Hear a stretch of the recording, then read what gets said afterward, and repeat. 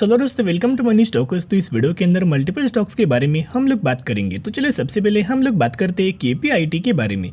तो केपीआईटी का अगर आप हर एक दिन का परफॉर्मेंस देखोगे तो हर एक दिन कंपनी के अंदर कोई ज़्यादा हमें करेक्शन, कोई ज़्यादा गिरावट हमें नज़र नहीं आया। पिछले एक महीने में भी अगर आप कंपेयर करेंगे तो 11 से 12% की पॉजिटिविटी जंप हमें केपीआईटी के अंदर नज़र आ चुकी है।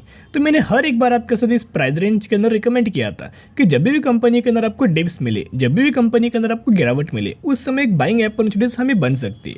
और बहुत सारे लोगों का एक सवाल आ रहा था कि बेसिकली केपीआईटी हमें तो पता है कि ये आईटी सेक्टर से कंपनी बिलोंग करती है, लेकिन आईटी सेक्टर वाली कंपनीज के अंदर जो करंट सिचुएशन है वैसे केपीआईटी के अंदर सिचुएशन क्यों नहीं। तो उसके ऊपर भी दोस्तों डिस्कशन करेंगे फुल प्रूफ के साथ। हम लोग इसके ऊपर भी हम लोग बात करना चाहेंगे। वैसे मैक्सिमम के अंदर अगर आप देखोगे बहुत बार कंपनी के अंदर कोई ज़्यादा गिरावट नहीं होता। ये जो करेक्शन हमें जो नज़र आया था, इस फेज़ के अंदर जो करेक्शन था वो मार्केट के ही ऊपर करेक्शन था। इसकी वजह से हर एक स्टॉक्स के अंदर, हर एक कंपनी के अंदर एक करेक्शन नज़र आया था। उसके बाद अगर आप देखोगे सडन रिकवरी हमें केपीआईटी के अंदर शानदार तरीके से नजर आई और हाई के ऊपर हाई कंपनी अपने लगातार 50 वीक हाई ब्रेक करके नया लाइफ टाइम वाला हाई कंपनी क्रिएट करके जा रही है। तो चलिए सबसे पहले कंपनी के अंदर नेगेटिविटी क्या मार्केट के अंदर स्प्रेड हो रही है उसके ऊपर हम लोग बात करेंगे। क्या सच में ये खबर सही है या फिर क्या सिर्फ और सिर्फ पैनिक लेवल इस कंपनी से रिलेटेड हमें क्रिएट किया जा रहा है। अभी हम आ चुके म्यूचुअल फंड्स का शेयर होल्डिंग्स के अंदर। तो यहाँ अगर आप डेटा देखोगे तो बाइंग एंड सेलिंग के अंदर हमें निकल के आ रहा है। तो म्यूचुअल फंड्स ने ऑलमोस्ट हमें मार्च 2023 के अंदर 3,60,000 शेयर्स की सेलिंग किया है। फिर उससे पहले 65,000 की बाइंग किया है।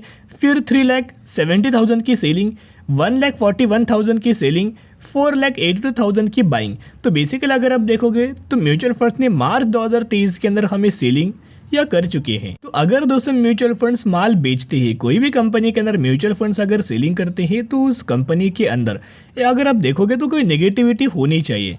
ऐसे म्यूचुअल फंड दोस्तों माल नहीं बेचेंगे। उसके पीछे का रीजन एक और दोस्तों हो सकता है कि आपको पता होगा बहुत सारे फंड अच्छा खासा मुनाफा दे रहे होंगे, तो इनके जो कस्टमर्स होते हैं वो डिमांड करते हैं कि हम लोग म्यूचुअल फंड्स अभी आने वाले समय के हिसाब से हम कंटिन्यू नहीं करेंगे, हमारा पैसा आप दे दो।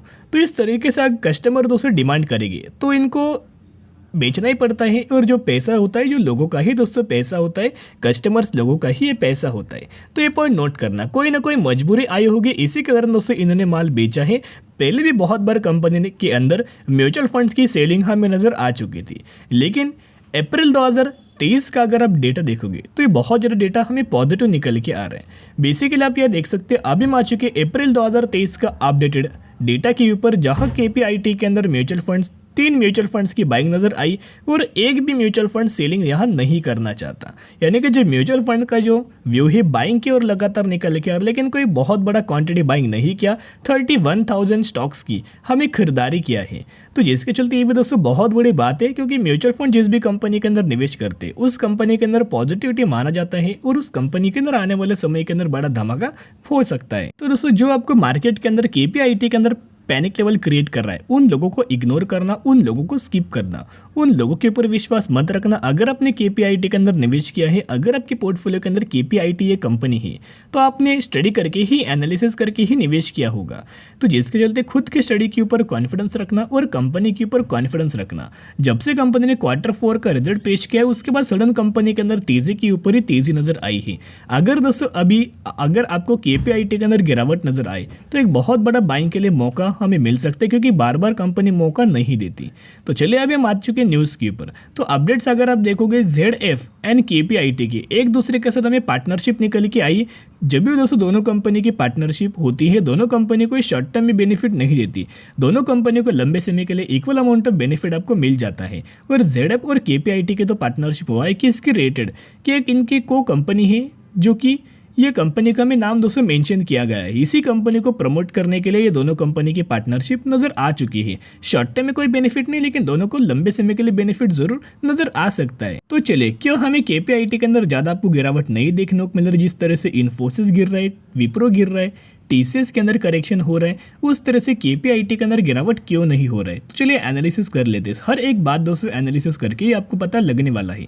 रेवेन्यू स्प्लिट अगर आप देखोगे तो यहाँ यूएसए से कंपनी 39% का रेवेन्यू जनरेट करता है, यूरोप से 40 और रेस्ट ऑफ द वर्ल्ड से 21% का रेवेन्यू कंपनी जनरेट करता है। बेसिकली कंपनी कहाँ से जनरेट करता है, किन किन सेगमेंट के अंदर काम करता है, तो आप इनका दोस्तों बेसिकली सेगमेंट्स आप यहाँ नोट कर सकते हो। देखिएगा, पैसेंजर कार्स से कंपनी 74% का रेवेन्यू जनरेट करता है, कमर्शियल व्हीकल से कंपनी 24% का और ऑनर से कंपनी 2% का। यानी कि कंपनी का जो बिजनेस है, जो आईटी सेक्टर सेगमेंट्स जो कंपनी सॉल्यूशंस प्रोवाइड करती है वो ऑटो सेक्टर को ही दोस्तों काम आता है। जो भी कंपनी सॉल्यूशंस प्रोवाइड करती है, पैसेंजर को व्हीकल्स को काम आता है, कमर्शियल व्हीकल्स को हमें काम नजर आ जाता है। यानी कि केपीआईटी का जो बिजनेस है बैंकिंग फाइनेंशियल सर्विसेज से जुड़ा हुआ बिल्कुल भी नहीं है, क्योंकि बैंकिंग फाइनेंशियल सर्विसेज से जुड़ा हुआ बिजनेस वाली कंपनी के अंदर ही हमें करेक्शन नजर आ रहा है। तो एक और दोस्तों मैं आपके साथ कॉन्फिडेंस इंक्रीज करने के लिए शेयर होल्डिंग पैटर्न्स के बारे में शेयर करना चाहूंगा।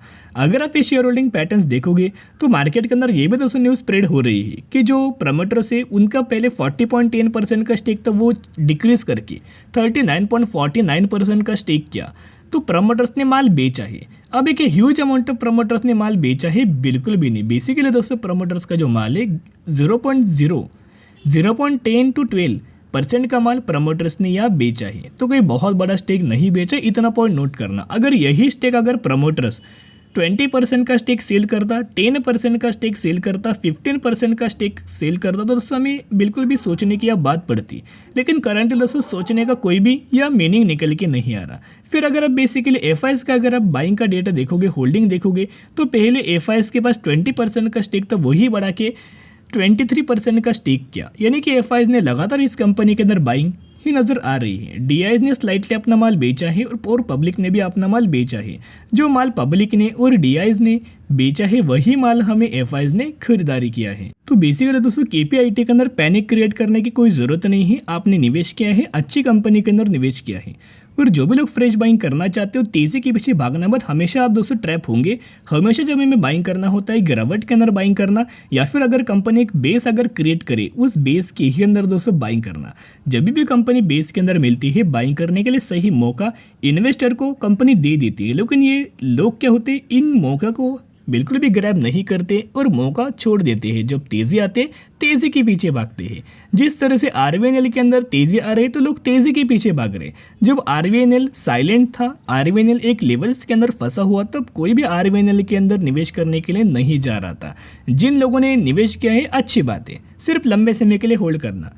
अभी हम लोग बात करेंगे ट्राइडेंट के बारे में। तो ट्राइडेंट का अगर आप कल के दिन का परफॉर्मेंस देखोगे, ऑलमोस्ट 2% की गिरावट हमें ट्राइडेंट के अंदर नजर आ चुकी है।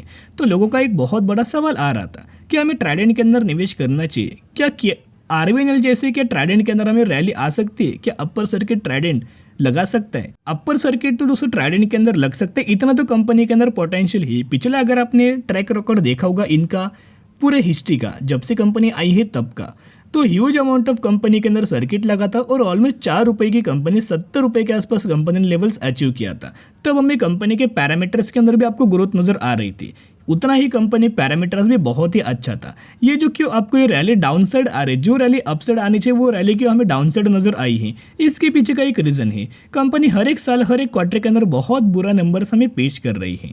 तो अगर कोई भी कंपनी अगर दोस्तों नंबर्स बुरे पेश करे तो उस कंपनी के अंदर भी उस तरह से रिएक्शन नजर आता है।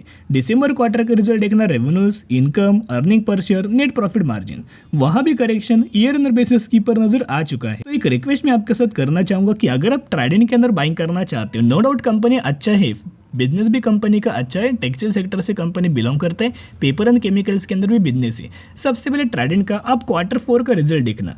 Q4 का रिजल्ट जिस तरह से कंपनी परफॉर्म करे उस तरह से आप अपना डिसीजन ले सकते हो। चलिए दोस्तों, अभी हम लोग बात करेंगे लास्ट कंपनी के बारे में। हम लोग बात करने वाले हैं वीबीएल के बारे में। यही वो कंपनी है जिसके अंदर 1:2 रेशियो के अंदर स्प्लिट का आपको बेनिफिट मिलने वाला है। यानी कि अगर आपके पास इस कंपनी के 1 शेयर होंगे तो 1 के बदले आपको 2 शेयर मिलेंगे। अगर आपके पास इस कंपनी के 2 शेयर होंगे तो 2 के बदले आपको 4 शेयर इसी कंपनी के अंदर मिलने वाला है। और कंपनी फंडामेंटली स्ट्रांग है, तो निवेश करना और लंबे समय के लिए होल्ड करना। तो चलिए आज के लिए इतना ही। अगर आपको वीडियो पसंद है जरूर वीडियो को लाइक और चैनल को सब्सक्राइब कर सकते हो। फिर मिलेंगे, बाय।